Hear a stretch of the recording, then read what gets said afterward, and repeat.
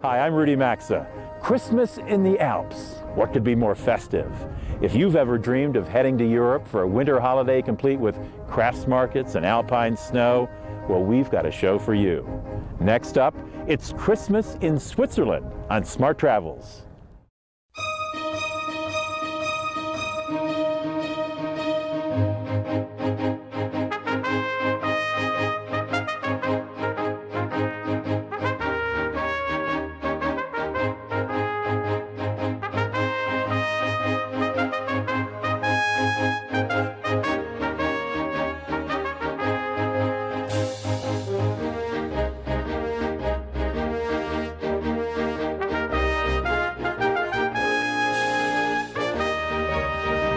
Smart Travels is a grand tour of the old world, the people, places, sights, and distinctly European flavors.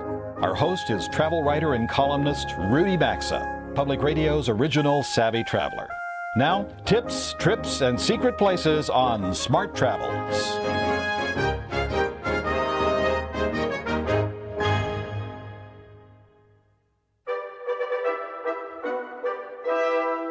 The days are growing shorter and chillier. People bundle up against the winter cold. But there's nothing that brightens dark December days more than glittering Christmas decorations, winter sports, and holiday cheer. It's Christmas time in Europe, and Switzerland has a special glow. I'm ready for hot spice cider and gingerbread, handmade ornaments and Christmas carols. Switzerland is the perfect place for a winter vacation. Here you can spend days browsing cheery Christmas markets, head to the ski slopes for icy thrills, and warm up to the distinctive holiday traditions of the Swiss. This trip will check out Christmas customs across Switzerland. We'll begin in the German-speaking part of the country, in the little town of Bremgarten, take in busy Zurich, and then visit medieval Einsiedeln. Later, it's Switzerland with a French twist when we visit Lake Geneva and the cities of Montreux, Lausanne, and Geneva. If you've never visited Europe in winter, you may be wondering if there are any special air travel concerns. Well, with the efficient Swiss transportation system, including Zurich's newly renovated airport, travel during winter months isn't a problem. There are several easy ports of entry into Switzerland. We chose Zurich because it's a major hub and there are lots of convenient flights available. For example, Swiss, the country's major airline, has many direct flights from the U.S., and it's easy to book tickets online.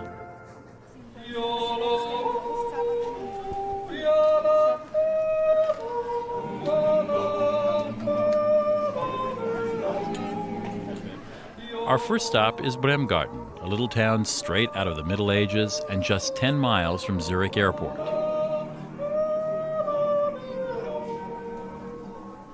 Since it's off the tourist track, Bremgarten is unfamiliar to most visitors.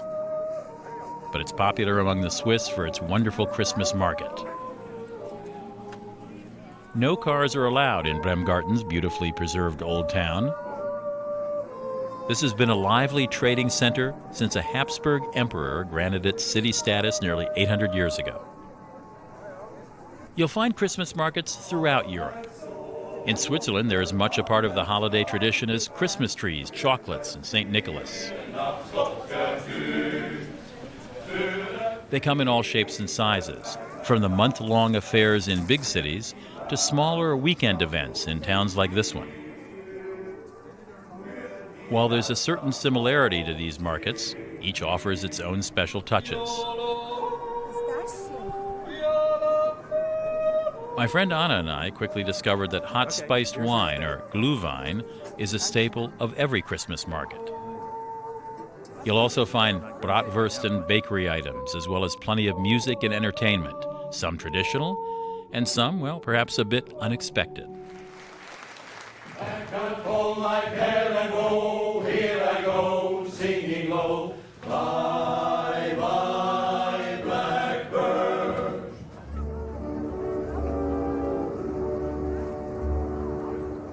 As we head back to downtown Zurich, we see that the city is alive with Christmas spirit. Sophisticated Zurich is the country's capital and its largest city. This is Switzerland's banking and financial center, as well as a shopper's dream. The famous Bahnhofstrasse shopping street is decked out in all its seasonal finery. December 6th is the actual feast day for the historic St. Nicholas, and here it's cause for some serious celebration. In Zurich, St. Nick heads through town on a Christmas streetcar. Several Swiss cities feature the Marla tram, or fairy tale streetcar, that runs only during the month before Christmas. St. Nicholas is at the wheel, while an angel tells fairy tales to the kids. Only children are allowed on the ride. Parents are given a specific time and place to meet their children at the end of the line.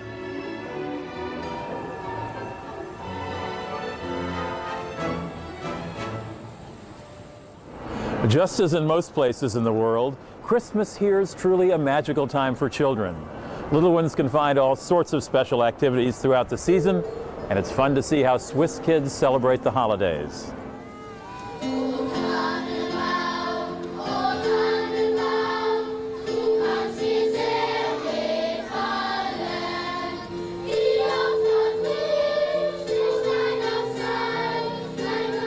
One of Zurich's beloved traditions is the singing Christmas tree. Children from both the city and outlying areas come here to climb up on a platform built in the shape of a tree and sing traditional carols. The singing Christmas tree puts in an appearance in Zurich's Old Town several times during the weeks leading up to the big holiday.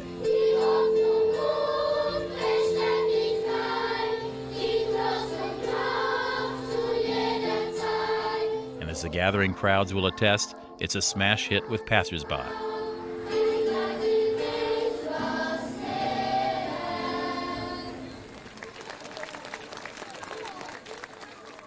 Another activity that Swiss kids love is making hand-dipped candles.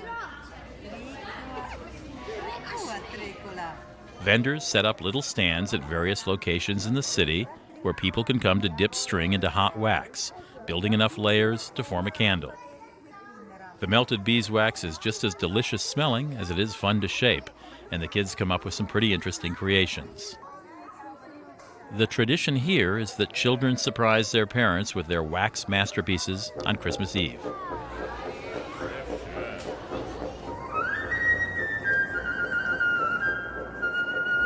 In Zurich, we find the biggest Christmas market in the country, an indoor extravaganza located in the central train station.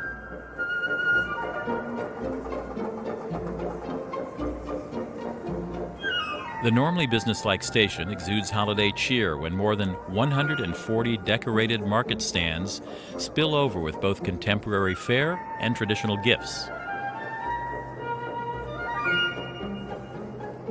Crystal lovers may think they're hallucinating when they see the market's centerpiece.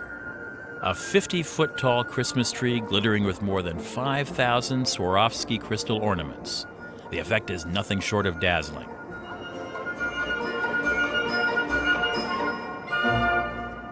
A short stroll from the train station will get you out of your shoes and into a pair of skates. During the holiday season, the castle-like courtyard of the National Museum becomes a winter wonderland when it's transformed into an ice rink. With its alpine climate, Switzerland is legendary for winter sports. Skating, skiing, snowshoeing, sledding, you name it, this country's got it. The Swiss enthusiastically embrace the exhilaration of winter sports. In fact, Lausanne is the proud home of the International Olympic Committee.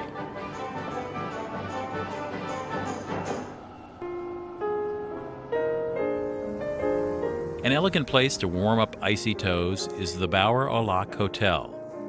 This is one of Zurich's most charming accommodations, and it's been owned by the same family since it opened in 1844. The grand interiors and excellent restaurants make this a true indulgence. Through the years, many prominent guests have enjoyed the hotel's impeccable service. Who are some of the famous men and women of history who have stayed here at the Bauer au Lac? The Empress of Austria, Elizabeth, called Sissi, and she stayed with us just before her trip to Geneva. where she was murdered a few days later. Some musicians stayed here as well. Musician, yes, Wagner and Liszt.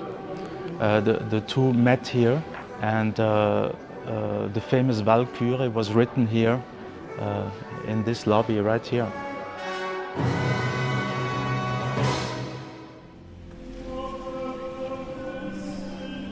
For a trip back in time, we're visiting medieval Einsiedeln, about 22 miles south of Zurich. Switzerland's most important place of pilgrimage, Einsiedeln has been drawing believers for centuries, thanks to this beautiful Baroque abbey and a pious hermit named Saint Meinrad. Father Basil, can you tell me a little of the history of this abbey? 1,200 years ago, Saint Meinrad, a monk of the Abbey of Reichenau, came here to live as a hermit, to search for God with all his time and his strength. And he lived here for 25 years. When the hermit was killed by robbers, the story of his murder spread throughout Europe. Before long, religious pilgrims began traveling here to show respect for the slain man. Later, a community of monks founded a Benedictine monastery on this site. And what was once a humble hermitage in the middle of the forest grew into a Baroque explosion of religious fervor. Every afternoon at 4:30, the monks of the abbey gathered to sing Latin Vespers. Saint Meinrad was especially devoted to the Blessed Virgin, and the abbey became famous as the home to a statue of the Black Madonna. The statue is standing there in the chapel since many centuries, and it got black through the candles, oil lamps, incense. And then after the statue had to be rescued before the French soldiers in the 18th century, it was brought back, they cleaned it, but people were not used to it. So that's why they painted it black.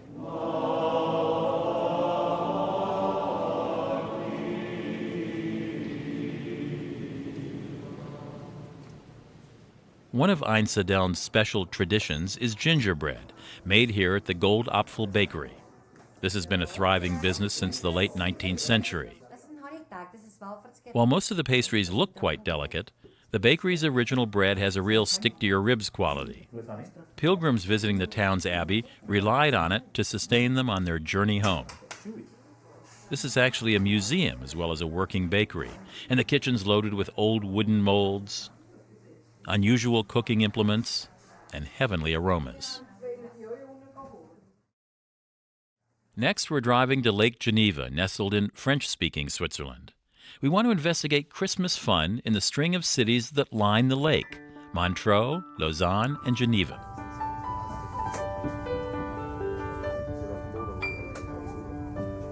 Switzerland's been dubbed Europe's winter playground, thanks to the country's more than 200 first-class ski areas. Several are easily accessible from the Lake Geneva area, including the famous resorts at Villars and Gstaad. Glacier 3000 near the town of Les Diablerets offers spectacular alpine scenery and reliable snow cover. What self-respecting skier hasn't dreamed of shoosing down Swiss slopes under clear alpine skies? Although the ski season doesn't usually get into full swing until after Christmas, in December you can still satisfy your craving for some snowy fun. And if skiing is too much exertion or you just want a novel holiday experience, try dog sledding. The flat countryside near Glacier 3000 offers ideal conditions for dog sledding. Here you can hop on a sled pulled by 25 huskies ready and raring to go. While the Swiss Alps have traditionally been associated with the rescue work of St. Bernard dogs, today teams of huskies are right at home in these snowy mountains. And the chance to interact with these animals is a special treat for dog lovers. The energetic pups have a natural urge to run, and it's fascinating to experience firsthand this relationship between animal and human.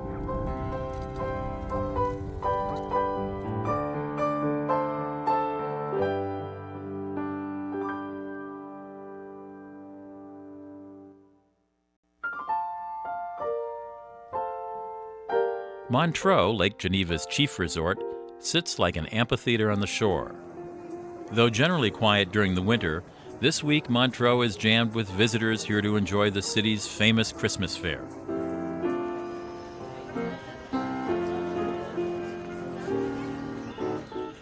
Montreux's fair features more than 100 wooden chalet-style stalls that line the city's waterfront.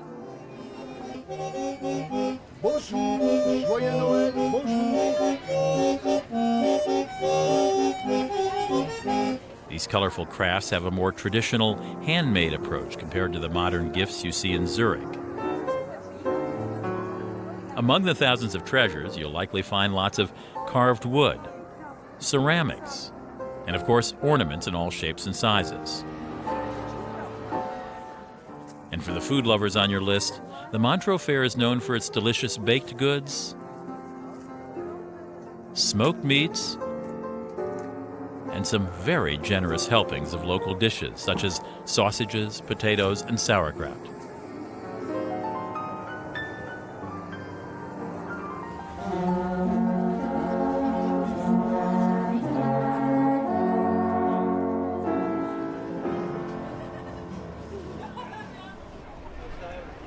Now that I've seen a few things I want for Christmas, I'm off in search of Santa Claus.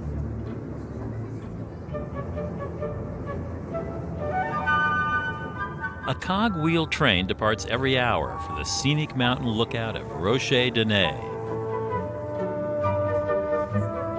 It takes visitors up the steep slopes through snowy fairy tale scenery.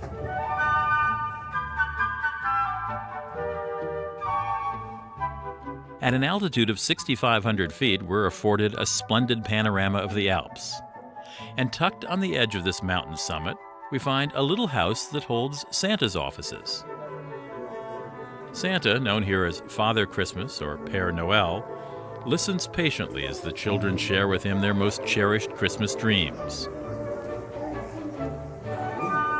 And naturally, Père Noël welcomes visits from kids of all ages. The Chateau of Chalon is Montreux's great landmark, and tonight it's all decked out for the holidays. This grand castle was once the headquarters of the French Counts of Savoy, who controlled the area in the Middle Ages. Tonight, a lighting artist has illuminated the normally gray fortress in the colors of the Swiss flag. The dramatic lighting really makes this 13th century castle stand out against the night sky.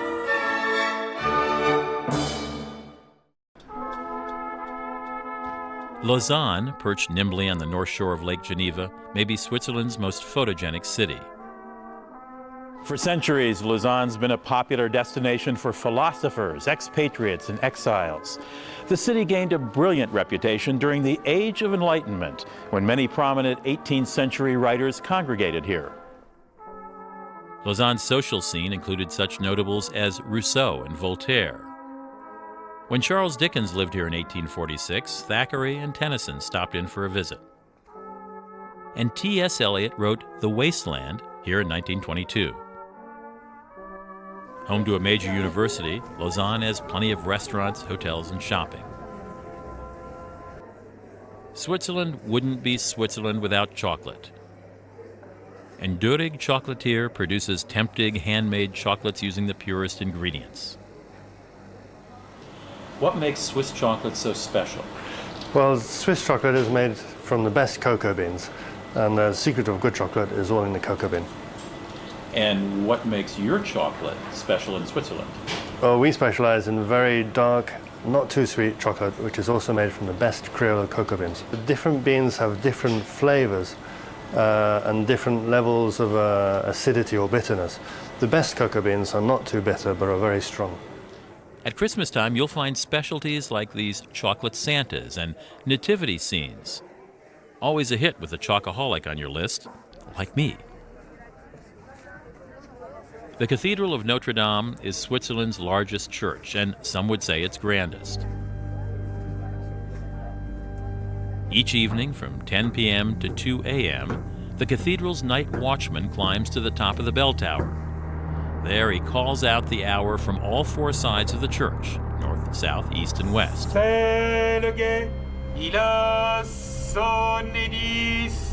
Il a sonne 10. He faithfully performs this task 365 days a year. Tradition was to inform the people when a fire was starting and ring the bell, the alarm bell. You have to imagine the surroundings of the cathedral. The houses were only on wood, so people were cooking with fire. At night they had candles, so the risks of fire was quite high. This special Lausanne tradition has lasted for 600 years.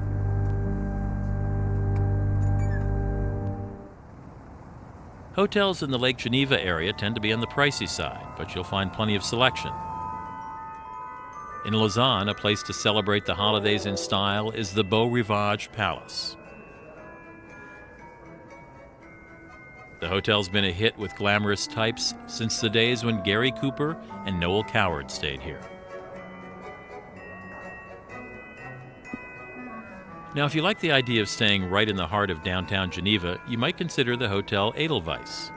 It's a little less expensive, and the chalet decor makes it a cozy choice for a winter holiday.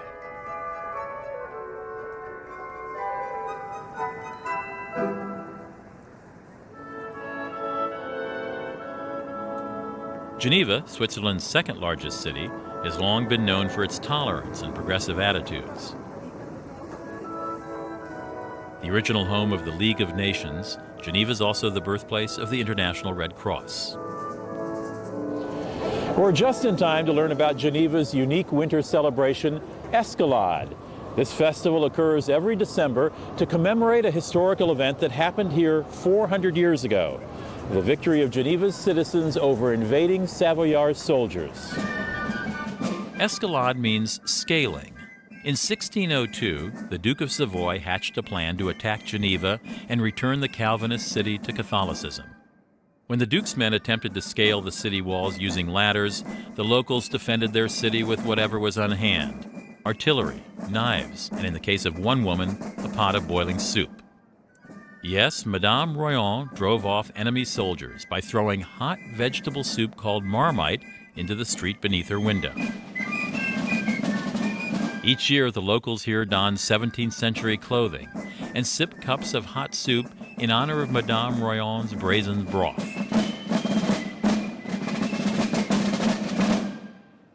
Once a year, in honor of Escalade, city officials open up a hidden passageway in Geneva's medieval city walls.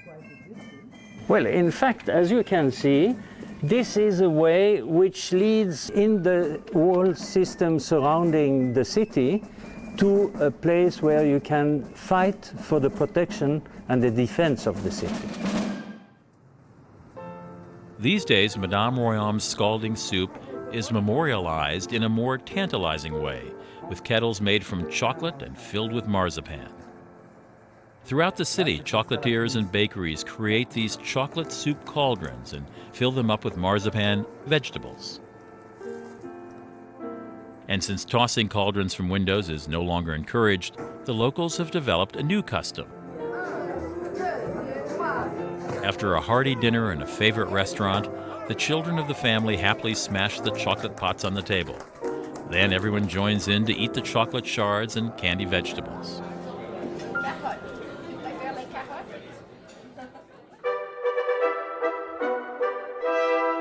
The snow is hanging heavily on the evergreens, and Christmas is nearly here. There's nothing quite like immersing yourself in holiday traditions to truly appreciate another culture. With majestic Alps as a backdrop and handmade ornaments to brighten the early dusk, Switzerland's bound to fill your heart with holiday cheer. So grab your mittens and warm up that caroling voice. There's shopping, skiing, spiced cider, and a Swiss winter wonderland just waiting for you. I guarantee it'll be a Christmas experience you'll never forget.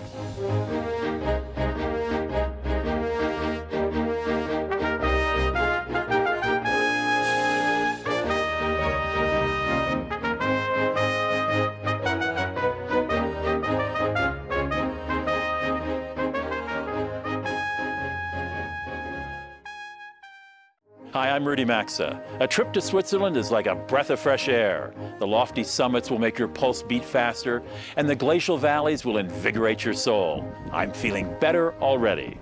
Next up, it's Switzerland on Smart Travels.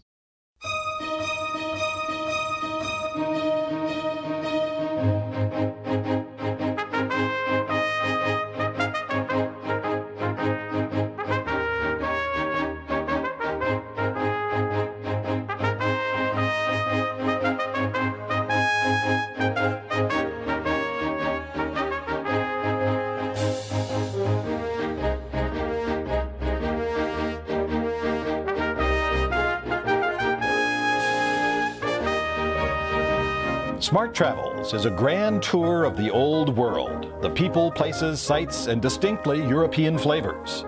Our host is travel writer and columnist Rudy Maxa, Public Radio's original savvy traveler. Now, tips, trips, and secret places on Smart Travels.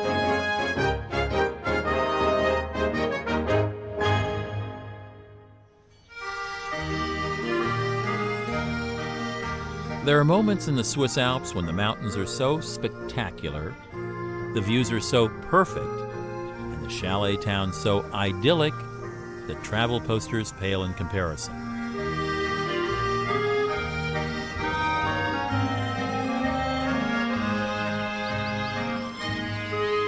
Welcome to Switzerland, a rugged little country where cowbells jingle, alpine flowers scent the air, and mountain trails lead to bliss.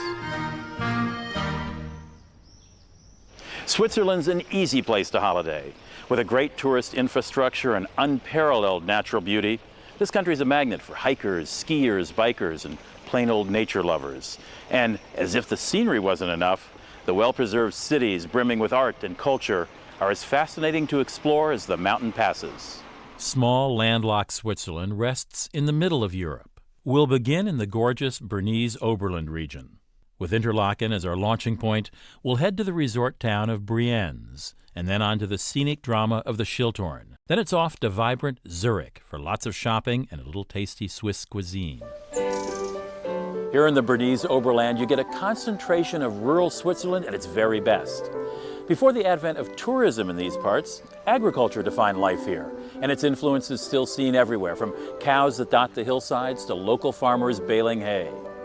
The Swiss can trace their identity back to the invading armies of Julius Caesar, who corralled their ancestors into lovely Alpine real estate in the middle of Western Europe. With French, German, and Italian influences, the small Swiss states evolved into a self-reliant and democratic-minded lot.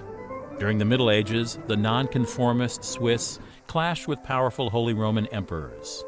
Their independent spirit is perhaps best embodied in the folk hero William Tell. As the story goes, when a haughty Habsburg officer by the name of Gessler demanded that William Tell remove his hat in tribute, the proud Tell refused to do so. Now, this next part you might already know. Tell was arrested, and by way of punishment was compelled to shoot an apple off his own son's head. Of course, Tell, being an expert Swiss marksman, hit the apple, and fortunately for his son, only the apple. The most convenient base for exploring this area is Interlaken. This attractive town is well laid out to meet the needs of its many visitors. From here, you can easily hike to Switzerland's most rewarding trails, ride mountain cable cars, and cruise crystal lakes. The name Interlaken means between two lakes, and so it's no surprise that the town sits between Lakes Thun and Brienz. Lake Brienz, directly east of Interlaken, is the smaller of the two and proudly gives harbor to this fine steamboat. The 89-year-old steamer has been carefully restored to carry passengers on this unforgettable ride across the water. Most North American visitors overlook this lake in favor of the more famous resorts on Thun, but the Swiss tend to prefer to vacation here. Surrounded by forested mountains on all sides, the lake has a wild, brooding lure.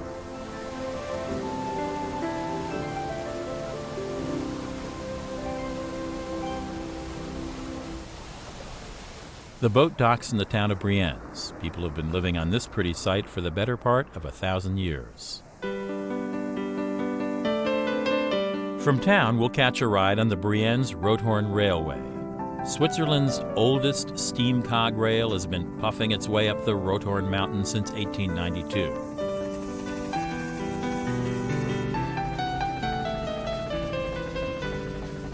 The line, which resembles a giant model train set, is the only one of its kind in Switzerland.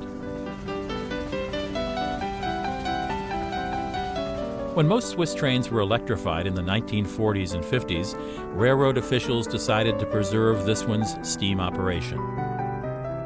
As you can see, the train traverses ruggedly beautiful scenery. The ride takes about an hour and gradually climbs to more than 7,000 feet above sea level. Ascending through lush alpine forests and peaceful meadows, the trip culminates in a grand mountain panorama. And if you're lucky, clear weather will give you a stunning view of the Bernese Oberland mountain range. Ever thought of renting your own cow?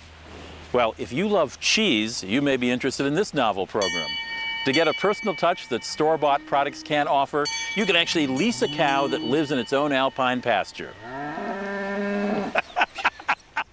Here's how it works. You pay a fee to a local farmer to lease one of his cows.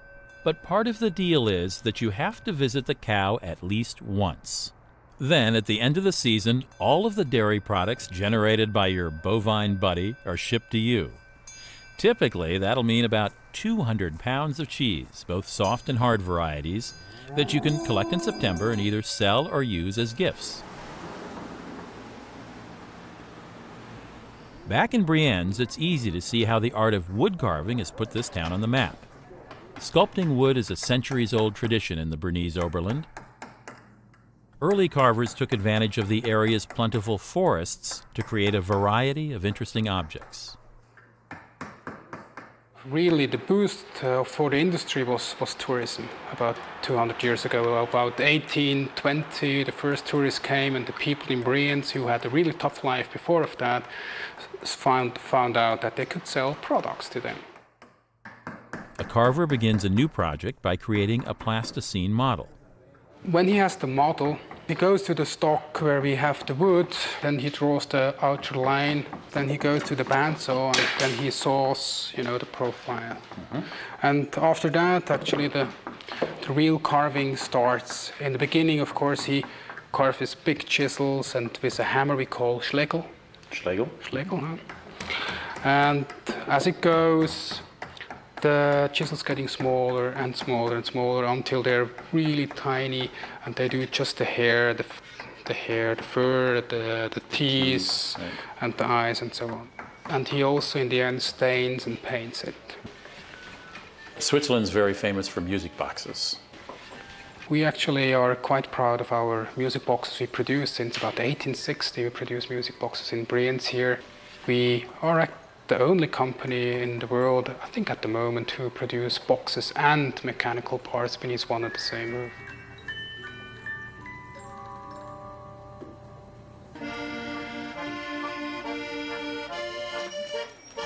You'll find more Swiss craftsmanship at the Ballenberg Open Air Museum. Open air museums are common in Europe, and this is one of the best.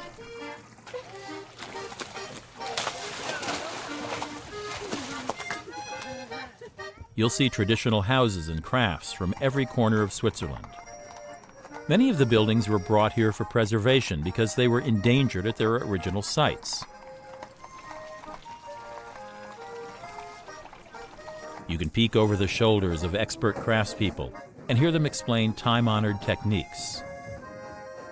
Most of the handicrafts demonstrated in Ballenberg were long practiced by farm families to bring in extra money. Meager earnings from small plots of land meant farmers often needed additional sources of income. It's tempting to spend all day at the park, but there's lots more countryside to see. Switzerland's efficient public transportation system makes it an excellent destination for independent travelers. With one of these Swiss travel system passes, you can easily move throughout the country by rail, boat, and intercity lines. The passes offer a lot of flexibility, and you can choose from different options depending upon your itinerary.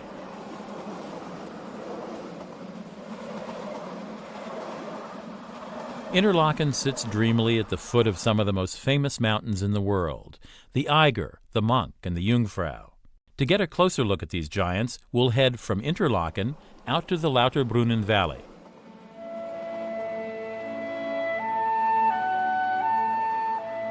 There are several different cable cars that can transport you up the sheer mountain sides.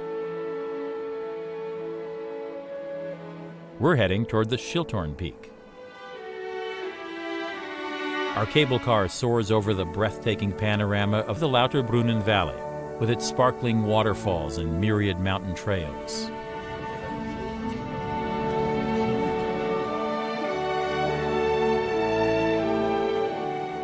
Surrounded by unspoiled alpine loveliness, this may be the most spectacular glacial valley in all of Europe.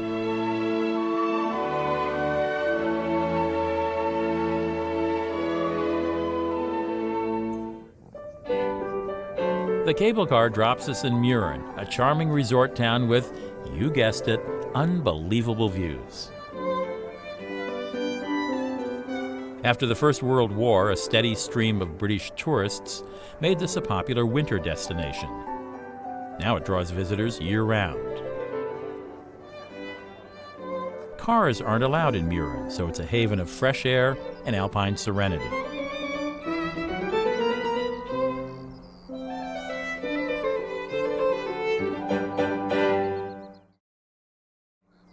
Here we switch cable cars and ride even further up to the staggering heights of the Schilthorn.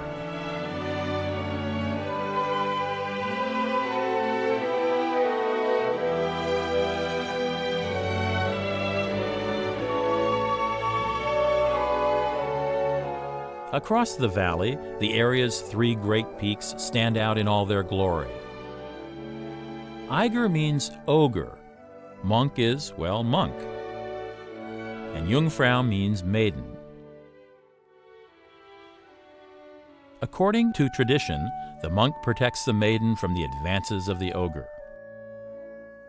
To savor this magnificent scenery at your own pace, you can head back down the mountain on foot via the area's network of hiking trails.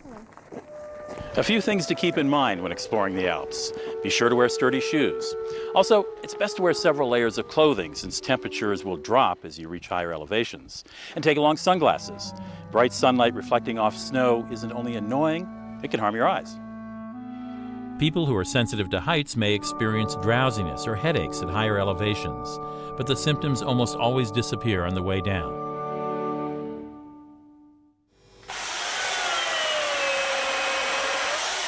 Sparkling alpine glaciers have inspired a distinctive art form here, ice sculpting. And first, when you carve, you have to get just to the major proportion. Working from his studio in Interlaken, Bruno Henke has perfected the technique of transforming ice into frozen works of art.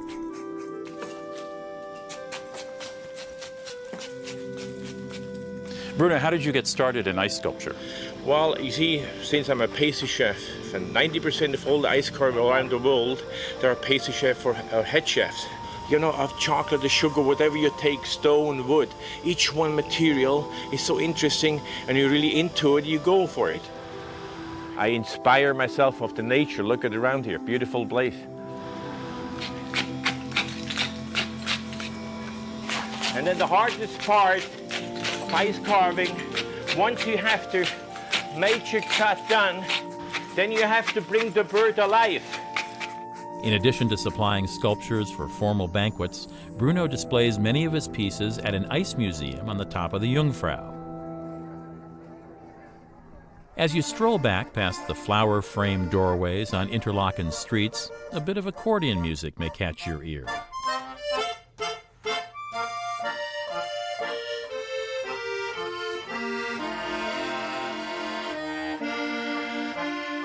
Here at the Schweitzer Urgeli shop, owner Peter Bruhin carries on the tradition of making a special kind of Swiss accordion.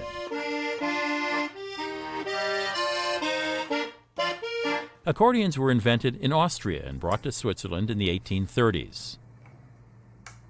A Swiss inventor fashioned a completely new model of accordion, which he called Schweitzer Urgeli, named for his home district. With a few refinements along the way, this has become one of the main instruments used in Swiss music today.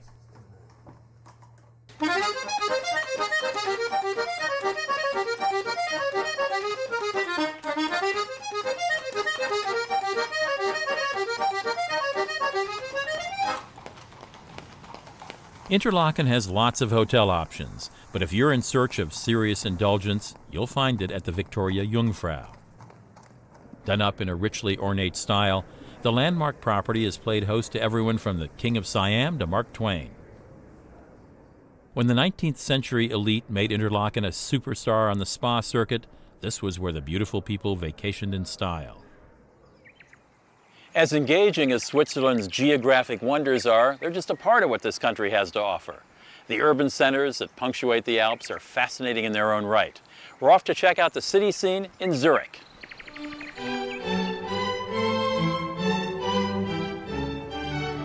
Zurich, one of Europe's loveliest cities, straddles the river Limmat. It's large enough to offer all the usual big city amenities, but small enough to easily explore.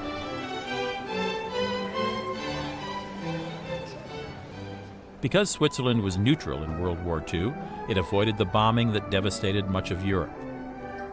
This city has long attracted writers and intellectuals. For a time, it was home to Lenin, Carl Jung, and James Joyce.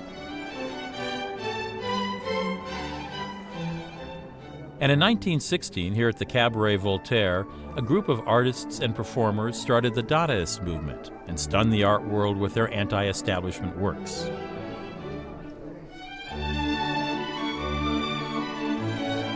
No doubt you've heard references to those famous Swiss bank accounts. Well, Zurich joins New York, London, and Tokyo as one of the world's leading centers of high finance. This city's role as a financial player started early on.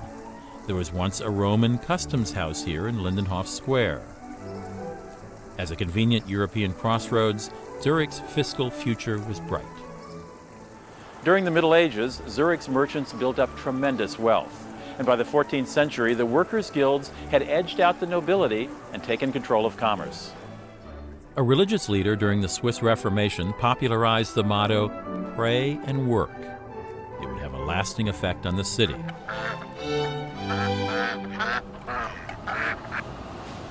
If upscale shopping is your thing, you've come to the right town. The Bahnhofstrasse revels in its reputation as Switzerland's most elegant, not to mention expensive, shopping street. The Swiss believe in quality, and here, quality costs money. If you're in search of designer chic and have money to spare, you'll find no shortage of fashionable choices. On the other hand, if you're holding tight to those purse strings, well, the window shopping is fun too. One of Zurich's hot buys is silk. During the Middle Ages, Italy dominated European silk production, and a strong trade developed between Zurich and the Lake Como area. Later, Italian refugees started a prosperous silk industry here. While silk weaving is for the most part a lost art in Switzerland, a small company called Fabric Frontline is creating something of a revival. We do this kind of old printing techniques with print till 26 colors. This is screen printing. This is a very old traditional way to print. I think we are the only in the world who still make these prints. The vivid colors and prints produced here attract world-famous designers, and the softly shimmering fabrics bring in customers from all across Europe. When you think of Switzerland, what comes to mind? Spectacular scenery, discreet bankers. Oh, how about watches and clocks? We're stopping in the Bayer Clock and Watch Museum to learn a little more about this national obsession with timekeeping. Clockmaking has been a big deal here for 500 years. When Calvinist reformers banned the wearing of jewelry, goldsmiths and other jewelers were forced to find a new profession, watchmaking. The Swiss soon became specialists at the craft, and a local inventor developed a perpetual watch, the forerunner to the modern self-winding watch. The Bayer Museum chronicles the story of time, if you will, everything from sundials and hourglasses right up to ultra-modern quartz instruments.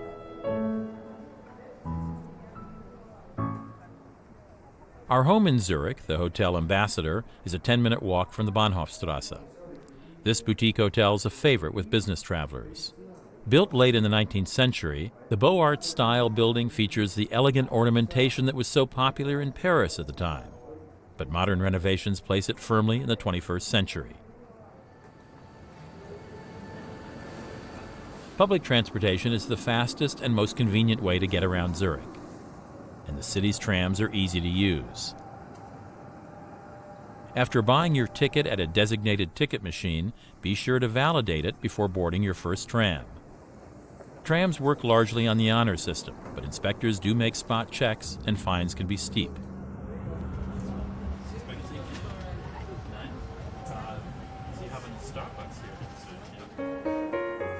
Do you think that life without chocolate isn't worth living? Well, then Zurich is your kind of place. The city's premier confectioner, Confiserie Sprungli, beckons with irresistible aromas.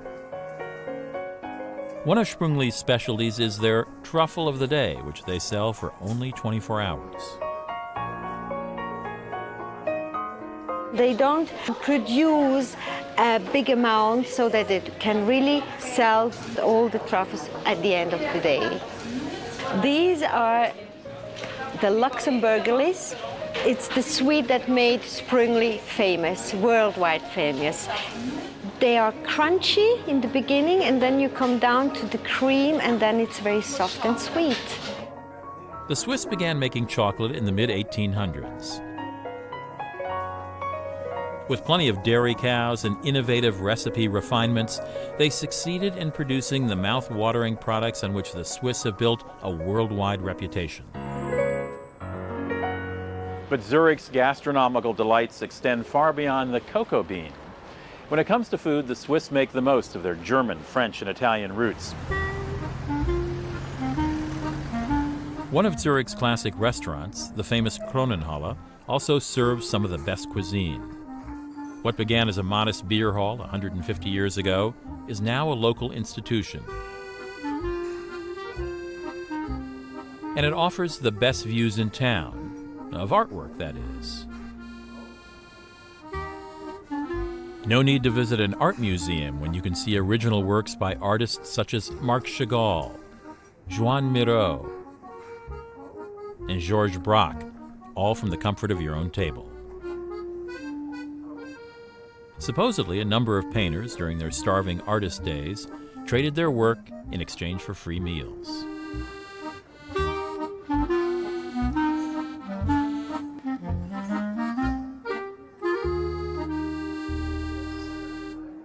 Cap off the day like the locals do at the Apfelhammer Bar.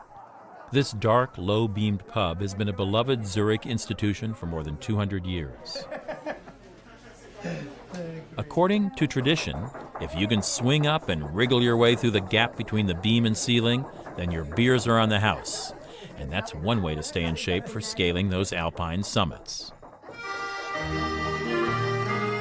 Whether in the cities or the countryside, as you travel through Switzerland, you'll discover the power of this small nation of colossal mountains. The Alpine vistas will awe you. The thundering waterfalls will thrill you. And the hospitality will charm you. Switzerland is an energizing place to be.